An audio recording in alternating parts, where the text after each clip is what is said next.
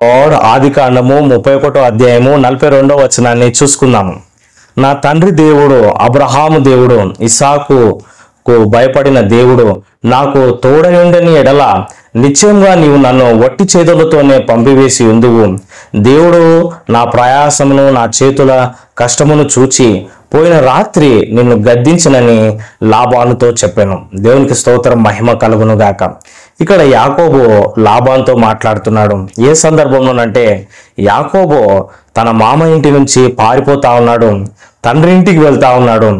మార్గ మధ్యంలో లాబాను ఇతను తరుముకుంటూ వచ్చి ఏదన్నా హాని చేయాలి యాకోబుకు అని ప్రయాణం చేసి యాకోబు దగ్గరికి వస్తా ఉన్నాడు. కానీ రాత్రి వేళ స్వప్నంలో దర్శనంలో దేవుడు లాబానుతో మాట్లాడినాడు. జాగ్రత్త, నా బిడ్డతో ఏం మాట్లాడుతున్నావు జాగ్రత్త అని చెప్పినందుకు లాబాను యాకోబుకు ఏ హాని చేయలేకపోయినాడు.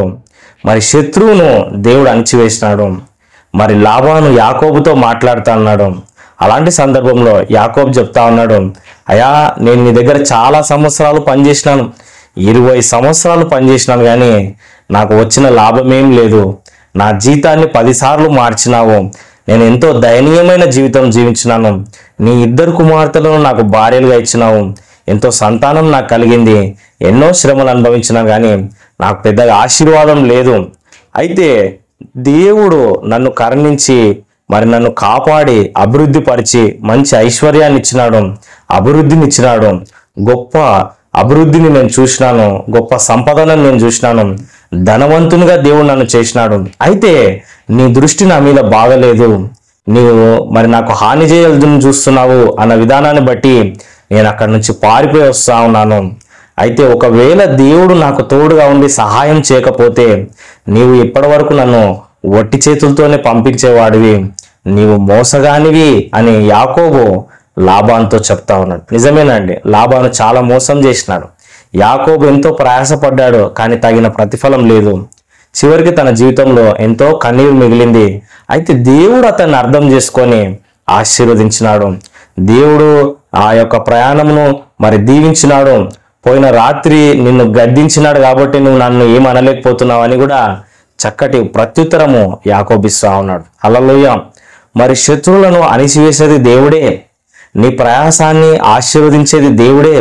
మరి చాలాసార్లు నువ్వు మోసపోయినావేమో, బ్రదర్ వాళ్ళు డబ్బులు తీసుకొని మోసం చేసినారండి, ఉద్యోగం చేసినా కానీ శాలరీ రాలేదండి, అన్ని అప్పులైపోయినాయి బ్రదర్, ఏమండి అన్ని రోగాలేనండి, వచ్చిన డబ్బులన్నీ మందులకే అవుతున్నాయండి, ఫ్యామిలీ ప్రాబ్లమ్స్ ఉన్నాయండి, మామతో గొడవలండి, అత్తతో ఇబ్బందులండి, భార్య మాట వినడం లేదండి, భర్త త్రాగుతున్నాడండి, నీకు ఎన్నో శ్రమలు ఉండొచ్చు. యాకోబులాగా నీ ఓర్పు పట్టగలిగితే కొంతకాలానికి దేవుని కార్యం నీ జీవితంలో చూస్తావు. నువ్వు తొందరపడడం వల్ల వచ్చే ఇది ఏమీ లేదు. నిన్ను శ్రేష్టమైన స్థలానికి దేవుడు తీసుకొని వెళ్తాడు. శ్రేష్టమైన ఆశీర్వాదాలు కూడా దేవుడు నీకు ఇస్తాడు. హల్లెలూయా. చిన్న ప్రార్థన చేసుకుందాం. పరిశుద్ధుడైన దేవా, ప్రేమగల తండ్రి, ఈ వాక్యాన్ని వింటున్న ప్రతి వ్యక్తిని దర్శించండి. వారి జీవితంలో ఉన్న కష్టాలు, శ్రమలు, బాధలు అన్నిట్లో నుంచి విడిపించి మంచి భవిష్యత్తు వారికి ఇవ్వండి. యాకోబులాగా ఎన్నో కష్టాలు పడ్డారేమో ప్రభువా, ఇక నుంచి సంతోషం, ఆనందం, దీవెన, ఐశ్వర్యం వారి జీవితాల్లో చూసినట్లు సహాయం చేయమని, వారి కన్నీటిని తుడవమని యేసుక్రీస్తు నామములో ప్రార్థిస్తున్నాను తండ్రి.